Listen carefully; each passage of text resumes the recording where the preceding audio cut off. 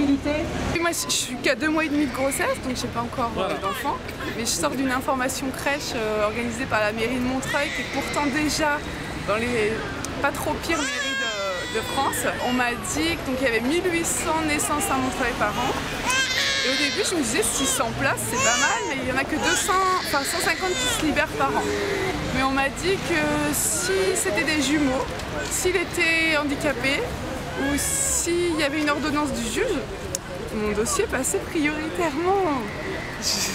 J'ai trouvé ça assez sympa. Et donc ouais, voilà, au bout d'un moment on se demande un petit peu crèche, qu'est-ce qui se passe?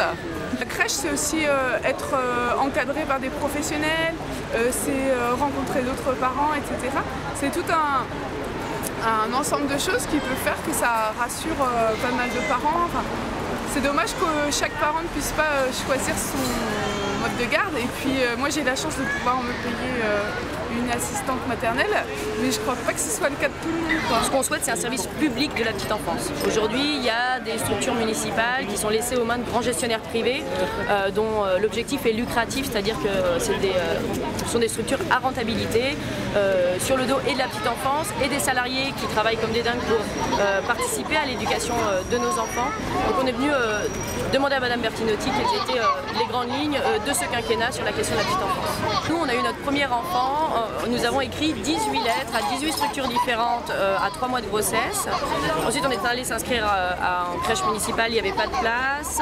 Ensuite, on a renvoyé les 18 courriers avec l'acte de naissance de notre fille. Et finalement, en période électorale, on a écrit à l'adjointe au maire de la petite enfance qui nous a trouvé une place très rapidement. On a eu cette chance. Après, tout le monde ne connaît pas la technique. Hélas, existe cette technique, c'est un vrai problème aussi. C'est un peu comme le logement social de temps en temps. C'est du copinage, c'est du bourrage papier, j'ai envie de dire, et ça c'est pas normal non plus.